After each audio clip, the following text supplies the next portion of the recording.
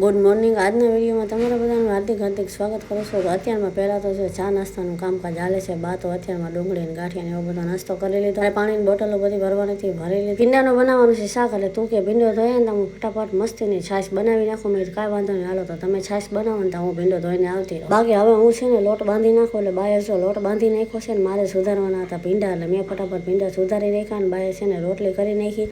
હવે કે શાક બનાવી નાખો, મેં કાંઈ વાંધો નહીં, હાલો તમે શાક કરી નાખો। તો એક તો પાણીની આપણે છે ને બહુ મારામારી હતી હમણાં થોડાક દી, પાણી આવી ગયું તડકાનું, એટલે પહેલાં તો બધા ઝાડવા હરખાયા પાઈ દીધા અને ટીપણાનું ટાંકાને બધું ભરવાનું ભરી દીધું, કેમ કે તડકો બહુ પડે છે। આવા તડકામાં ઝાડને પાવા જરૂરી છે।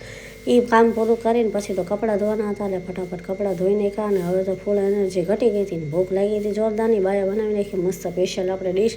હાલો હવે અમે બધા જમી લઈએ। હાઈની રસોઈમાં સેવ ટમેટાનું શાક એ મારે બનાવવાનું હતું, અને મેં સેવ ટમેટાનું શાક જોરદારનું કરી નાખ્યું, અને બાને બનાવવાની હતી રોટલી।